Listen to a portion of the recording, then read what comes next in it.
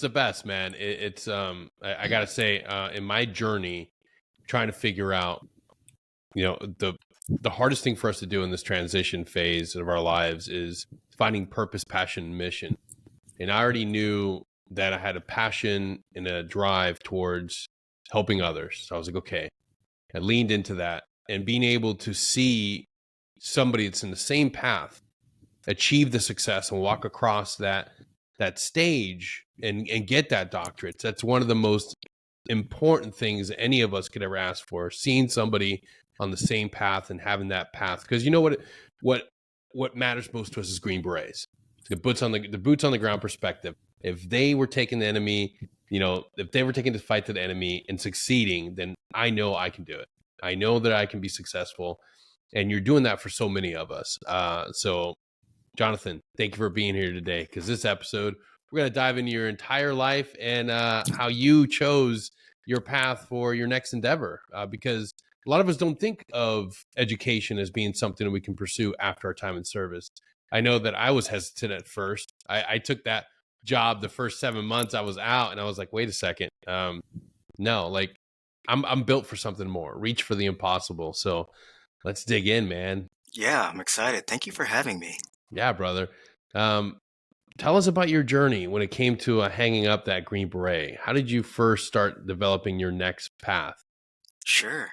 So I should start with I technically haven't hung up my Green Beret yet. I am on my last month of terminal leave. So I'm in a position Almost. right now. Almost there. I haven't put it down quite yet. Do we ever really? But my journey into what I'm doing right now has been kind of a unique one because I started it 10 years ago. No way. Yeah, I just knew that I wanted to be working in higher education. I wanted to be working training future healthcare professionals. And a lot of that has to do with my military experience. Yeah. So, I mean, I came into the Army in 2003 as an Army combat medic with bright eyes and a bushy tail. Yeah. And, happened to run into a Green Beret. And he was training up for a deployment to Iraq, and he used us as kind of his, like, I guess, his G's, if you would, Yep. for the unit that I was assigned to at the time. And he noticed that I wasn't getting a lot of love because I was the medic, the one-off job in a group full of combat arms, Yep. MOSs. And so he came over and started putting me through a bunch of medical drills. And just little situational exercises, things like Yep. that. That's helped me really kind of expand my understanding of what being a medic was in combat. Because at this time I was kind of naive, and I thought to myself, "Wow, this must be one of the fabled 18 deltas that I heard about in AIT." Come to find out, he was actually the Echo. So the radio guy in SF was a better medic than I was, Yeah. as an actual Army medic. And I knew right then, like, maybe SF is something that I need to go explore. Yeah. That's So the reality of how well you're supposed to cross train as a Green Beret. And I had my last team, I was able to witness that same. We shit on our echoes a lot. And I want to pause and highlight, I'm not going to say this individual, he's incredibly humble and wouldn't want me to put his name out there, but one of our best medics was actually 18 Echo, because he learned from two of the best friggin' medics in our battalion, in our company. And we were blessed to have three very capable medics, and we just cross-train. So yeah. So I owe it to a Green Beret, actually, for really hammering home the first time that I thought to myself, I can be better. And here's an example of somebody who is better at what I am doing right now, and maybe I should strive for that.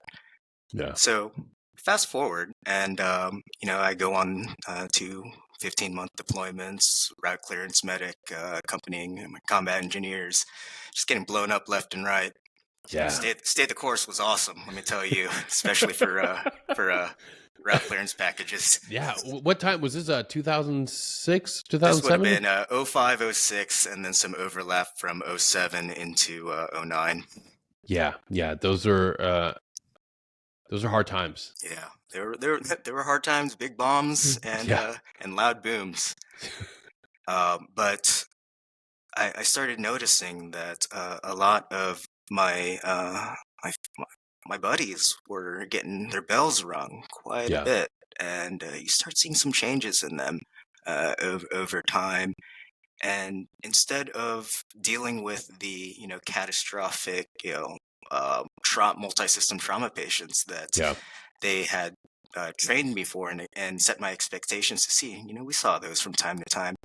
We were seeing a lot of um, TBI, a lot of Yep. traumatic brain injury, and it frustrated me that I had no formal training in any of this whatsoever. Not only that, the system wasn't even robust enough to even understand and take Yeah. care of the magnitude of what ultimately became the what ultimately became the signature Yes. wounding of the global war on terror, right? Yeah. So it was around year 10, right after I got out of the qualification course, put my Green Beret on for the first time, that the stars aligned, and because I had that 18 Delta training, I could pursue a bachelor's degree consistent with the amount of credits that they would award me because I was an 18 Delta and because Yep. of my previous military training. So that was the first enabling thing, really. And then from then on, it was just a bug. I got really curious, wanted to be better and better and better, and just found that my education pathway became a means to be able to be a better medic and a better teammate for those around me. Yeah. It can be daunting at first to take on college coursework while you're in group, but I got my associates and I worked through it while I was in Afghanistan. A lot of people put college education in the realm of the impossible while you're still in. And I was fortunate enough to have other friends that were conventional and had jobs that were far more demanding. One of my earliest mentors and great friends, I hate that I have to say that publicly, John Waterhouse, was a phenomenal NCO. He was getting his degrees while he was cadre at West Point, while he was raising a family, while he was doing all these things. And we talk a lot about what it takes to be a Green Beret, but we forget how much more, how many other jobs and how demanding those professions can be in the military. And if others can do it, you can do it too. What were some of the things that you struggled with while getting your education and still working as a Green Beret? Yeah. So the most obvious one is communications. So um, most of my college work was accomplished via the internet and distance Yep. learning, and that requires a stable connection. So you can imagine that I am cross-trained very well as an 18 Echo because I would find ways to ensure a stable connection uh, in order to be able to complete my undergraduate and graduate studies. I remember this one particular time we were in the Philippines, and there was no stable connection in the area that we were. So Yeah. I ended up uh, taking a proprietary app and bonding 5 different cell phones into a single No. connection um, to be able to sustain the bandwidth necessary to make my synchronous class on Wednesday at 2 a.m. because you're on the other side of the world when everybody else is convening. And you know what? The beautiful part about that is that I always joke that my education has made me a better medic, but it's probably made me an even better Green Beret communicator Yeah. because of the ability to be able to problem solve. I can't tell you how many different systems I've used, non-tactical and tactical, to be able to just establish that internet connection. Yeah. And then not only that, now I have that skill so that when it comes down to it, if you fast forward 18 Zulu, John Liu Team Daddy, teaching one of his 18 Echoes a thing or two Yeah. about how to utilize commercial off-the-shelf systems to um, maintain communications with higher. So John, it's so that's broad. blowing my mind. We got to pause and hit this up. The way you're being a little bit secretish with this. Was this an app that you just found through a friend or helped develop? Like, how did you figure this out? My teammate Google was a critical component of my education, not just So, for the sake of my literature reviews, but also because Google was the answer to a lot of the issues that yeah, I would run into. Uh, how do I get stable internet using only cell phone service in country X, if you would? yeah, And I would Google and I would research and I would find out that the local the local telecom company would limit the amount of yep, bandwidth on each phone. So the only way to get around that would be to use multiple phones. Well, now how do I get these multiple phones to be able to sync into a single bandwidth? And there was a software solution for that. It was called Speedify at the time. I'm not sure how it yeah, is, but it's a bonding VPN that allowed you to connect multiple different systems, uh, channels, if you would, to be able yeah. to create a single high bandwidth channel. And that's what I ended up doing. And you know what? Those skills are generalizable right back to what I was doing at the time, which was operating as a Green Beret Yeah, in unknown environments, and it contributed to this culture of this interpersonal culture of everything in the world is telling me no, and yet I am finding a way to get to yes. And absolutely. that's the Green Beret way right there. Absolutely, man. Like there's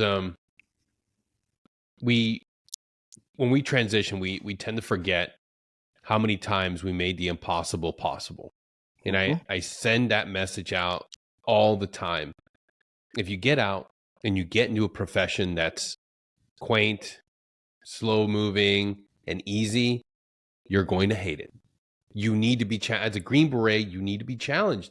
And the same goes, I believe, for a lot of service members. Go after the impossible. Go after, even if you meet a roadblock, the obstacle is the way. Keep going. If you really want that, if you really want to be happy, challenge yourself. Like the fact that you're sitting here and you're sharing this experience of going through school, your graduate level college education while deployed, to a lot of people, it sounds like, oh, no possible way. But to a lot of Green Berets that are finally opening their eyes, they're going to say, yeah, this is possible. This is doable. I can do this. Like, I think all of us need to take that challenge to look at what we want to do in life and really judge it and be a harsh critic of that dream. Is this big enough for me? Is this truly big enough? Am I being of service to others? Look, I get it. Comfort's fun, but you're going to have a lot more enjoyment developing something like how to map a cell network out of a whole bunch of cell phones and Roshans to get signal so you can do your college homework. That's just insane. It's incredible. They don't tell you on the brochure for when they're recruiting you to be a Green Beret how many of these odds and end skills that you're going to learn that are going to be generalizable and help you and that help enable success Yeah. on the way out. And that's by far and large been my experience here. Um, Now that I am day 8 into my big boy job, my Yeah. real boy job. Yeah. I want to kind of pause and reflect on this for a little bit. You were able to go through your entire graduate program while you were still in. How were you able to manage just the day-to-day operations at work? And were you still running a team as a team sergeant, or did you find yourself being like, okay, like I gotta position myself in another position so I can take this course load and be, a functioning member of the organization? Yeah. I really appreciate that question because that's the question that a lot of my junior NCOs, when I was serving as the senior enlisted medical advisor for group, would come to me with. It's like, how did you find the time to be able Yeah. to do work and school? And my answer to that was make school work and make work school. And that was really one of the interesting ways that I was able to find the time because there's no way I would have been able to maintain full time status as a student Yeah. and also do full time work. But what I did was I found where the overlap was and I made school work for me. And when work overlapped with school, uh, I would I would incorporate the commander's objectives and the commander's intent into a project that I would be doing for school. Um, Understandably so, that's a little bit more difficult in the undergraduate realm where Yeah. coursework's a little bit more directed as opposed to Yeah. self-directed. But an example for how this worked really well for me in my undergraduate, or if you don't mind, I'll give you an example for undergraduate, master's, and Yeah. doctorate for how that Absolutely. worked. Undergraduates, here I was, Green Beret. Team Daddy says, "Hey, you're going to the level 3 course." We all know what the level 3 course is. Yeah. Very, very demanding. Turns out that doing homework at a coffee shop actually helped me out Yes. with decompressing and being able to get my mind set and Yep. maintain my wits about me during the level 3 course. And that worked out very, very well for me to my advantage Yeah. almost. So everybody that was saying, "You're not going to have time, you're not going to have time," I was a full time student. I Yeah. maintained a full time student status through that You, course, and it exactly. worked out. You're just a guy as a coffee shop doing his Just homework. doing my homework, drinking coffee. What are you doing, weirdo? Get away from me. Taking a My favorite one was, look, dude, I'm taking a timed quiz right now. Just leave me alone. I'm taking like a real timed quiz. Look. And I legitimately would. Yeah. And it worked. My master's work, my master's thesis was on special forces biopsychosocial factors contributing to worsening outcomes among Green Berets, our brothers and Yep. sisters out there now. And what I found was that nesting my master's work in something that not only was I passionate about, but also something that was work related and I couldn't help but be immersed in, became a very, very um, effective way to manage my time Yeah. and create time and compound my efforts towards both work and education. My doctoral dissertation was on a local holistic wellness program that was nested within our HPW and Thor 3 programs. And being able to do that and aligning that with my duties as the group's senior medic uh, made it a no-brainer for me to say, "Hey, this is work. This is in line with the commander's intent. This is what the group surgeon has says his priorities are. It's nested within that too. That's Your people brilliant. and their wellness are That's number one. brilliant. You can't argue with me on if I'm going to spend time towards Exactly. this. And at the end of the day, I like to think that my education, uh, my educational pursuits, helped build a better organization and helped leave my unit better than how I found it. And Absolutely. it's just Absolutely. finding that opportunity. Yeah. No, that's one thing that blows me away when I finally open my eyes and realize that the solutions to the problems we're facing as a community, as an organization, are going to come from us. We know the cohort. We know the individuals. We know what works. It's individuals such as yourself that are out there championing the cause and championing the solutions for problems that we've already been seeing.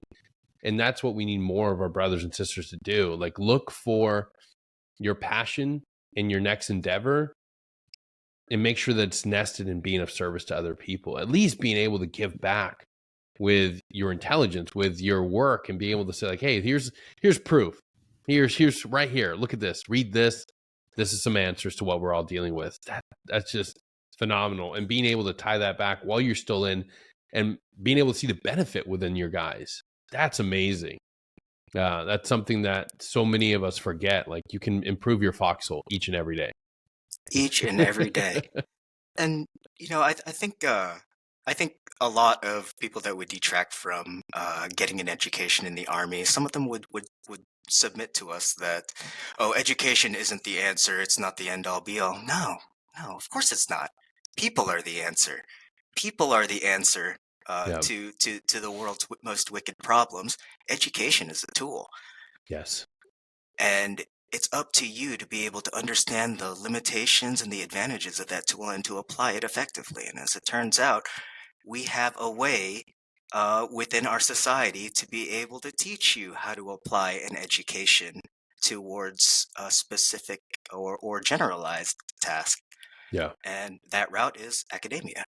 Yeah. I think it's more prevalent for individuals such as ourselves that have traveled the world and seen individuals and seen cultures where you may not have anything. You may not have fancy shoes. You may not have all the great luxuries that we have here in the West. But when you see kids that are willing to walk 10 miles to get to school, that hits different. When you meet partner force individuals that are like, man, like, I didn't have an education until I served. Like, this is that hits home.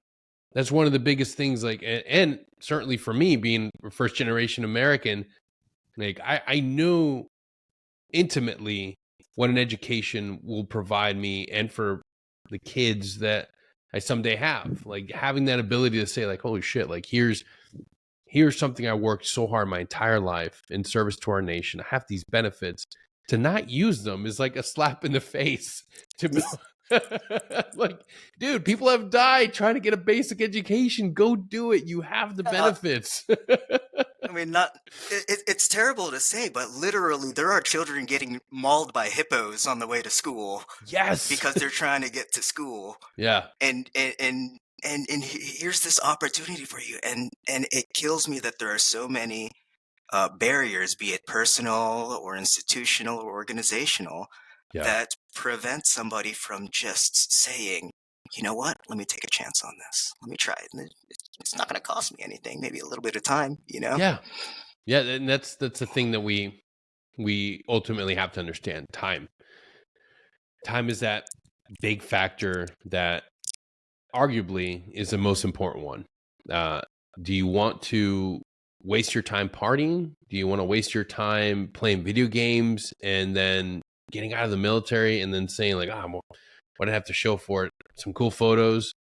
Like, you can do this work right now. Like, it just, time management as an NCO, that's like your biggest thing. Denny's some dudes from first group are gonna sit here and watch this podcast one day and like have worked with me before, and they're gonna chuckle because you just said, you know, it's gonna be up to partying or whether or not you want to or whether or not you want to pursue an education, and somebody's gonna chuckle and be like, John Lou's the biggest partier that I know. God, my wife is gonna see this one day and I'm gonna be in so much trouble. But it's the truth. It's the truth. You can have your cake and eat it too. That's the appeal of SF. Yeah. And I'm going to trademark that too, so that if Special Forces Recruiting ever wants to utilize that one, that moniker or recruiting tagline, they're going to have to pay me for that. Oh yeah, yeah. We'll keep that. Special Forces, have your cake and eat it too. To a certain extent. To a degree. Restrictions apply. Yes. There is curfew. And you have to really mind your manners. Yeah. Please. Can we just not get in trouble anymore for a little bit? Right. When it came to when it came down to juggling family time, what were some of the constraints? What were some of the things that you found? Did you ever find yourself having to take a little bit of time off from school? And how did that factor in with having a family? Oh yeah, absolutely. Yes, I had to take time off of school. Yes, I had to stop and take a knee at some point in times. Yes, I had to, request that military leave of absence, which there's no respectable institution out there that wouldn't grant you an unlimited military leave of absence to be able to facilitate that. And wellness is is a qualifying military leave of absence Yeah. reason to request for it. So take care of yourselves out there too. It's okay to take a knee.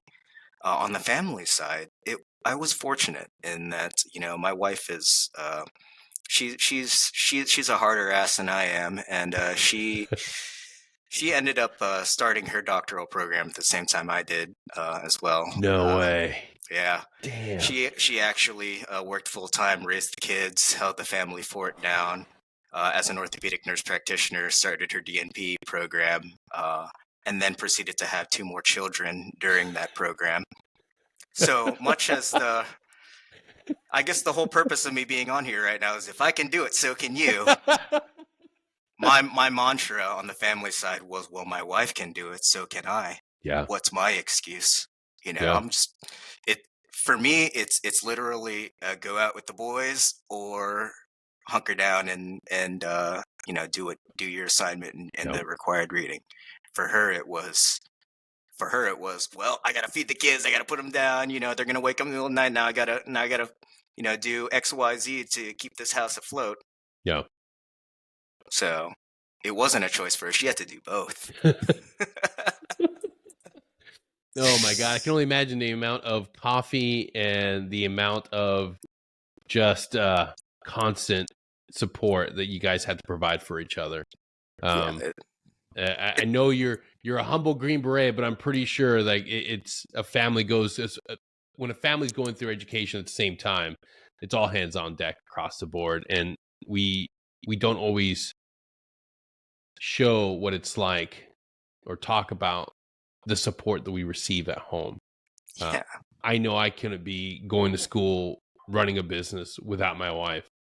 Arguably, our biggest cheerleader is our spouse, the person that's saying like, because I know when you're trying to accomplish the impossible, there must have been times where you're like, maybe I'll change majors.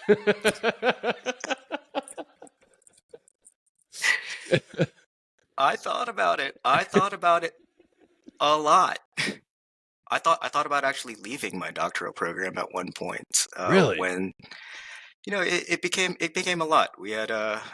I had just gotten back from Afghanistan. Thought to myself that I could continue to keep the recipe going with aligning my academic pursuits with educational pursuits, and I'd be amiss to not touch on this. Sometimes they just won't align.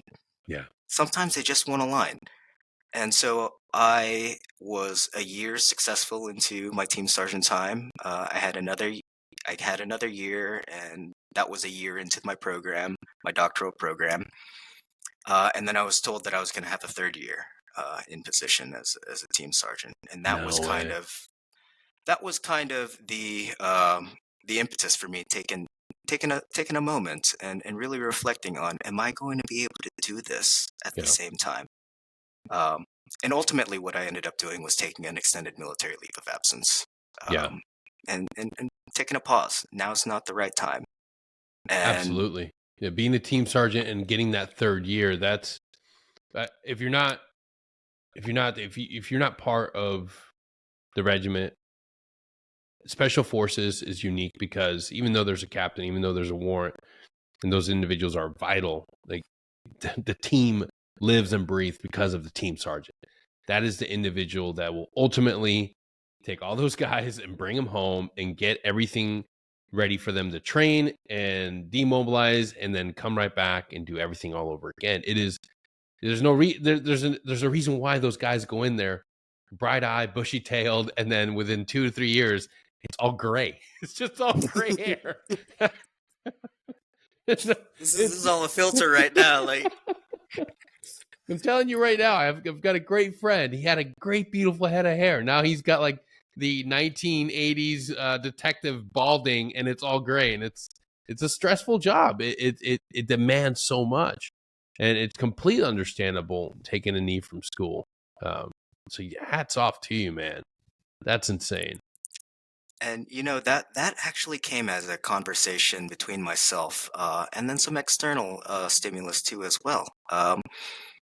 my sergeant major at the time, actually, I confided in him with it, and ultimately he wasn't going to direct me to do what needed to be done, and he wanted to coach and guide me into making what was the right decision for me. And it Yeah, turns out that the right decision for me is generally 99.9% of the time the right decision that my moral compass tells me yeah, to make, and that was put this down.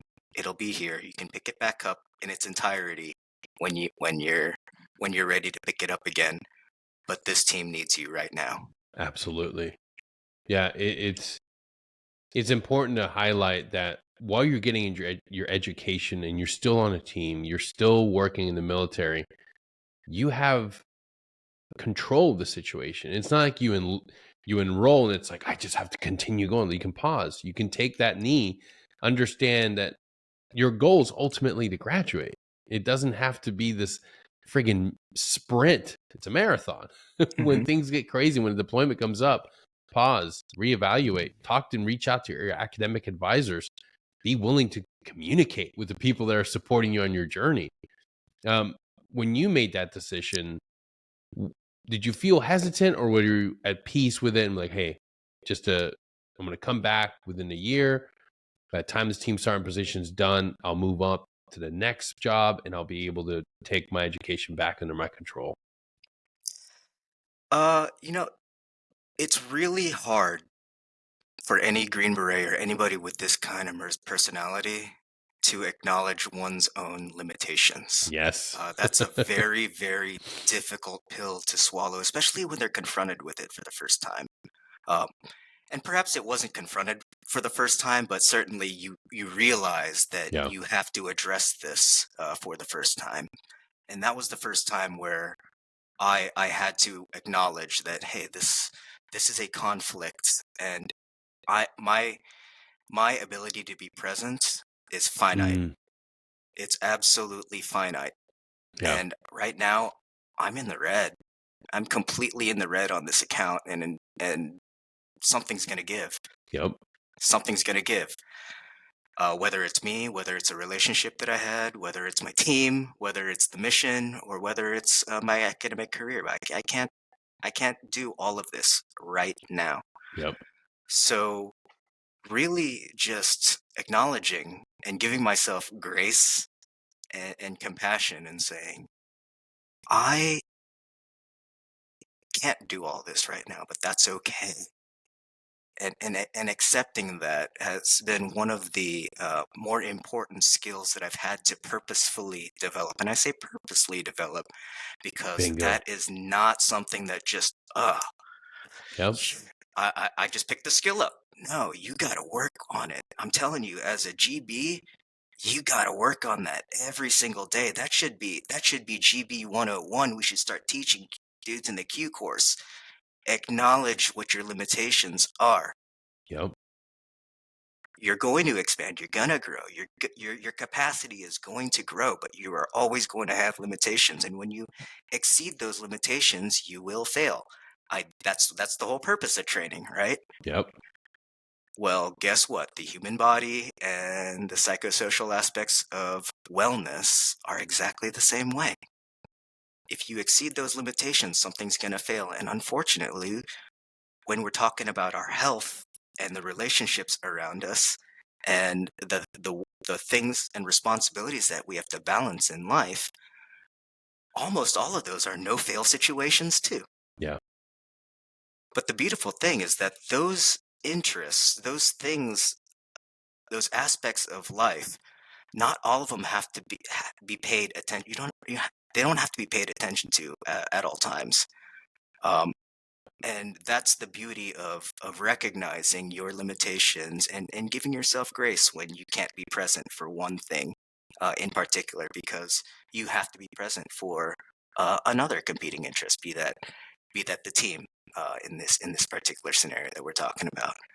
Uh, there are dudes that are listening right now that are like, whose wives will hear this and be like, "Yes, pay attention to me." Yeah, go pay attention to your spouses. Yeah. they're probably a little deficient in the overall account. And That's so true. it's okay, but finding that balance starts with giving yourself the grace to acknowledge that you can't be 100% present for everything, for every responsibility that you have 100% of the time. Yeah, that is so true. And the other thing I want to hit on is self-compassion. We don't teach that. It's not something that we're born with understanding completely. And it is a vital aspect of being able to bounce back and be resilient. Like, we are the worst critic of our performance. And the easiest way to start living better is understanding self-compassion. You know what? I didn't crush this test, but I'll do better next time. I'll be fine. That was the hardest thing for me to understand, that, after going to so many SF schools, you're like, I never fail a test. I never do. I'm going to get 100% on everything. You get that first test that's not 100%, and that hits you at that Green Beret core, like, oh my God, I'm not 100% on everything. No, next time, like, it's okay.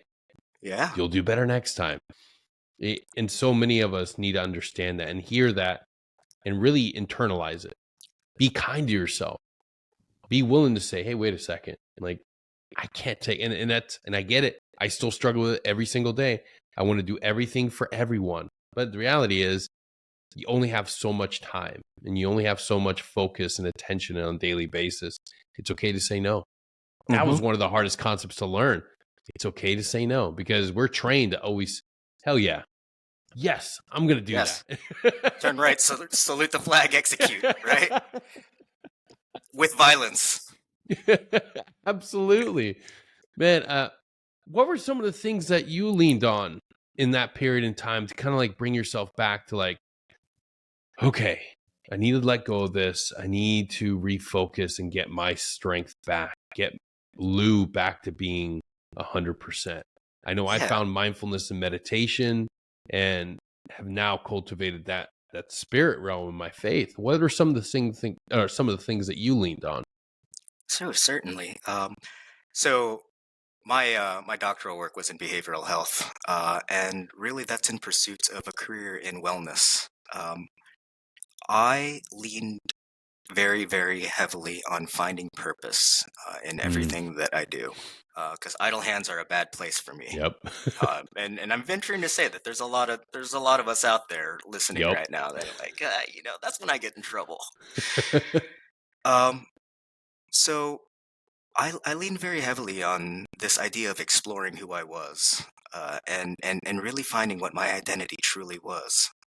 And it was timely because I knew when Team Sergeant time is up, because everybody says you'll never have it as good as this ever again. Well, hell, dude, like, what's the point of becoming a sergeant major in SF ever if you're telling me right now that this is the best that it'll ever be? And it was. Uh, so when I came to that realization that, wow, I've peaked Yeah. in in in in the regiment, um, I had to really go back and reevaluate who I was, my identity, and what my deeply held values were. And natural curiosity, again, in line with my academic pursuits and my chosen path and profession, I started exploring that. And what I ended up coming to was that I needed to get past this skin deep identity of what somebody or what my external factors have Yeah. imparted upon me. And bros, I'm here to tell you, being a GB is not a part of who you are Yep. when you came butt ass naked into this world. It's not a part of who you were when you were a child growing up and you created formative, deeply held convictions. It's not. Yeah. There are a lot of overlap to the culture and values and identity of being a Green Beret, to some of the to your deeply held values. But at the end of the day, we set ourselves up for success when we tie who we are with what we do, Yeah.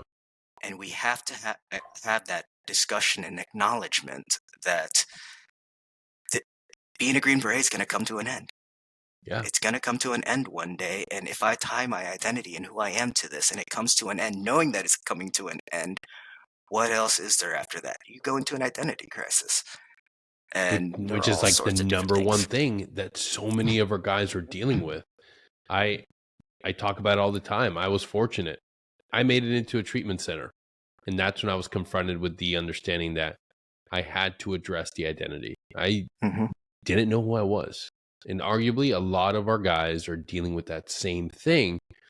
They may not be as fortunate as I was to go to a treatment center, to sit down and have that alone time to process, like, who are you really? Because we strive so hard to get into this organization, or, you enter and become a SEAL, become a MARSOC Raider, become a CCT, a TACP, and you tie your identity to that thing, that beret, that scroll, or that tab. And that's everything that's good about you. But then you leave.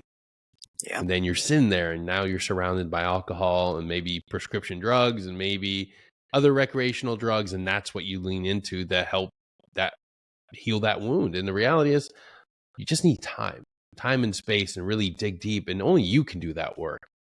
And I know I'm grateful for having done that and exploring that.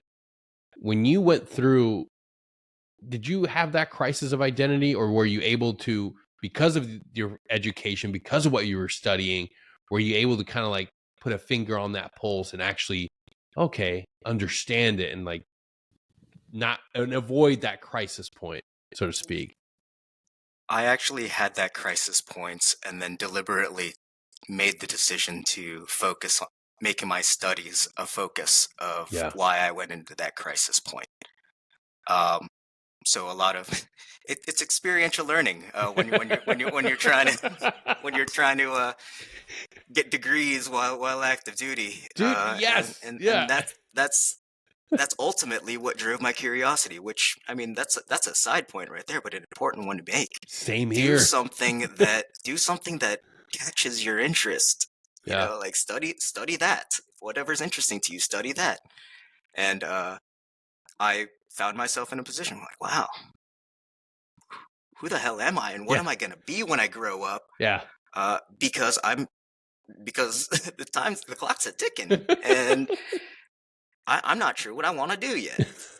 And fortunately, I was surrounded by mental health professionals by Yeah. virtue of what I was studying, um, and some really great connections and peers within the health and wellness and coaching domains that piqued my curiosity, and they helped me kind of poke my curiosity into why and into kind of a self exploration for why I Yeah. went into that.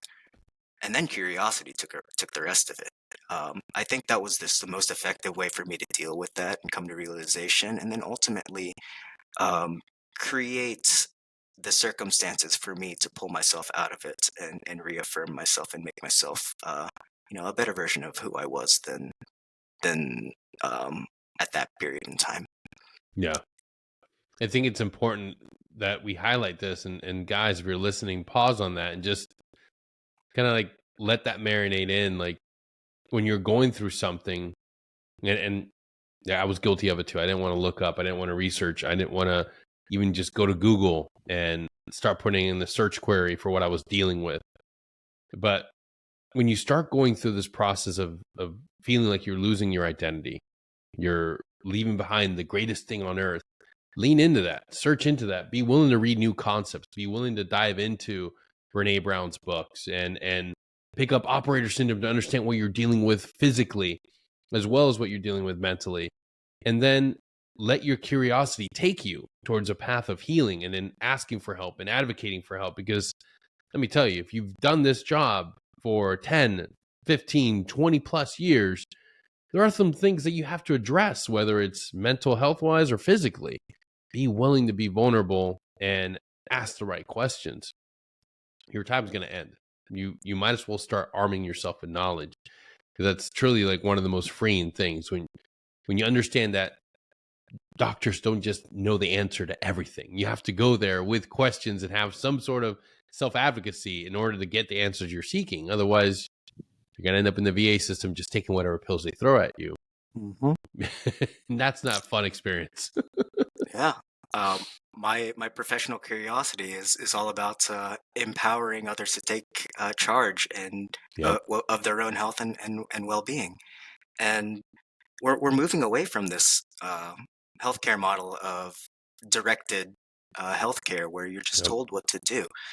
You are the biggest stakeholder in your own health and well-being, and if you're not realizing that and you're not empowered with the knowledge, skills, abilities to be able to take and assume that role as the lead stakeholder, then I encourage you to seek those resources and seek opportunities to be able to build those skills. Yeah. You got to. Um, I want to ask you about the Pat Tillman Scholarship. How did that process go for you? Sure. So, quite frankly, 2020, I was in Afghanistan, and at the time I had a mentor who was a clinical psychologist, and he had suggested to me, "Why don't you pursue Yeah. clinical psychology?" And I go, "Yeah, that's cool. Only problem is that I'll have to leave the military service in a 12-year military career. It's Yeah. not as easy for me to go and just drop everything and start a professional graduate school Yeah. towards a clinical licensure." And so he goes, "Well, you really need to explore this space." And I found Arizona State University's behavioral health programs, doctoral level program that was less on the psychology or the science of behavioral disorders and psychological disorders, and the models concerning to it, and more on kind of the overlap between primary care and Yep. psychology. So applied in applied behavior, if you would, not applied behavior analysis. That's actually a very distinct uh, subdiscipline within psychology. Uh, but that piqued my curiosity again. And you'll hear this term with me. Like, curiosity is a hell of a thing for me, like. And it's a hell of a thing for a lot of other dudes. Like, Yeah. what is there out there? If it piques your curiosity, it's probably worth paying attention to see if you'll Exactly. get a little bit more curiosity piqued. And so, by with that, I ended up getting applying. I wanted to take a clinical route, but of course, it was pretty nebulous to try to explain to them why I had a clinical background without any master's level clinic or licensure, Yeah. which was a prerequisite for admission. And they eventually were like, "Yeah, well, I mean, we'll let you in conditionally." So I was like, "Okay, cool. Now I got to pay for it." Because fun fact, the Army tuition assistance will not pay for enlisted service members to pursue anything past a master's degree. So Yeah. that's worth mentioning right there. So I got to pay for this now. Yeah. And it's expensive. And researching scholarships available to military affiliated or veterans from Arizona State University, I ran across the Pat Tillman Foundation, who actually is not affiliated formally with Arizona State, other than it was the late Pat Tillman's Yeah. alma mater. Applied, and the old saying from selection is "Do not self-select." And you know what? I didn't self-select and put my best foot forward, and had, I guess, the audacity to say, "This is who I am. Yeah. No bullshit. This is who I am, and I'm proud of it."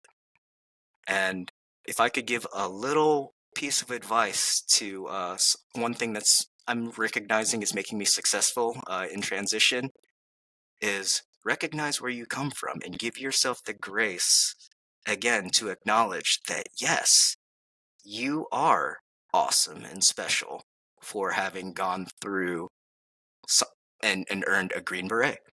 Yeah. You're a little bit of cut above the rest. Don't, I mean, maybe not say it like that, Tone it down a but little bit. yeah, tone it down a little bit, but acknowledge that. Give yourself enough credit to be able to say, yeah, this is how I know. Be confident in the knowledge, skills, abilities, and experiences that the regiment and the life of a Green Beret has bestowed upon you. Because Yeah. uh, oftentimes we go onto this we're quite professional trip where Yep. we in out of for all the right reasons we're a little too humble, and your job interview is not the time to demonstrate complete humility. Yep. It's not. Or corporate meeting, that is not the time to demonstrate humility. They want bold, Yep. audacious, and God help me if I don't know a single freaking bold or audacious Green Beret. Yeah, we preach that we're the quiet professionals, but yeah, I've never met an 18 Bravo or 18 Charlie that didn't go big when they had their chance. With either explosives or machine guns. And that's what you need to be, man. And I wanted to highlight the Pat Tillman scholarship, especially because money is a factor, right? Mm-hmm. And while you're in, use every resource available. When you're out, go big, dream big. You can get your education paid for through VR&E. And then furthermore, you can apply to all sorts of scholarships to help supplement that. If you want to go to medical school, you're going to have to take the MCAT. Well, if you're like me and, you've just started your, education later in life, you might need to get one of those MCAT prep courses. Guess what? A scholarship would pay for that. Pay for a process to get you into that medical school. So dream big, go after the impossible. Don't stay in your transition and ambiguity. Don't just lay there and think that you'll figure it out eventually. Start dreaming now while you're still in. Start pulling that thread of what you're excited about. That's the reality. Don't go into something that you kind of like. Be excited about what you're doing. I meet a lot of people right now that are about to transition. And the first conversations we have is always about, well, I kind of like doing this. And I think I could do this. Don't just think about what you were just kind of like going to be okay doing. Go big. Dream about what you really want to do, what you'll be excited to do. Because I'm telling you right now, there are transition organizations that can help you achieve that goal, whether it's education or going into that awesome job working at that amazing company. Nothing's impossible these days. If there's a will, there's a way. If you think there's an obstacle blocking you, there's a million people out there that are willing to step in and help you figure out how to get over it, around it, or just fucking blow it in place. So do yourself a favor and start dreaming today. Be like Lou. Start thinking about what you want to do before you get out. And Jonathan, before I let you go, what are you doing now as you're actually in your terminal leave? What is your new profession? Yeah, so I did successfully make that transition into higher education and healthcare. Again, I am having my cake and eating it still, because those were two things that I thought were mutually exclusive. They are not. And I found my dream job. Heck Uh, yeah. so I work in the student success division at the director level for specifically um, healthcare aligned students. So my pre-health, my pre-medicine, anybody that's looking to pursue an undergraduate degree and hoping to gain admission to a graduate professional school or medical school, we're here to empower your journey along the way. Really implementing a lot of my lessons within the Army, using a lot of non-traditional approaches to ensure that we're creating interprofessionally minded healthcare providers that are ready to heal and be the be the fill the need that our community so desperately need. Very, very grateful for it. I thought I was going to go and retire into the sunsets and take a sabbatical, and then, as it turns out, the little dream job popped up onto the radar at the local university in my hometown that my mother graduated from. No way. Yep, That is awesome.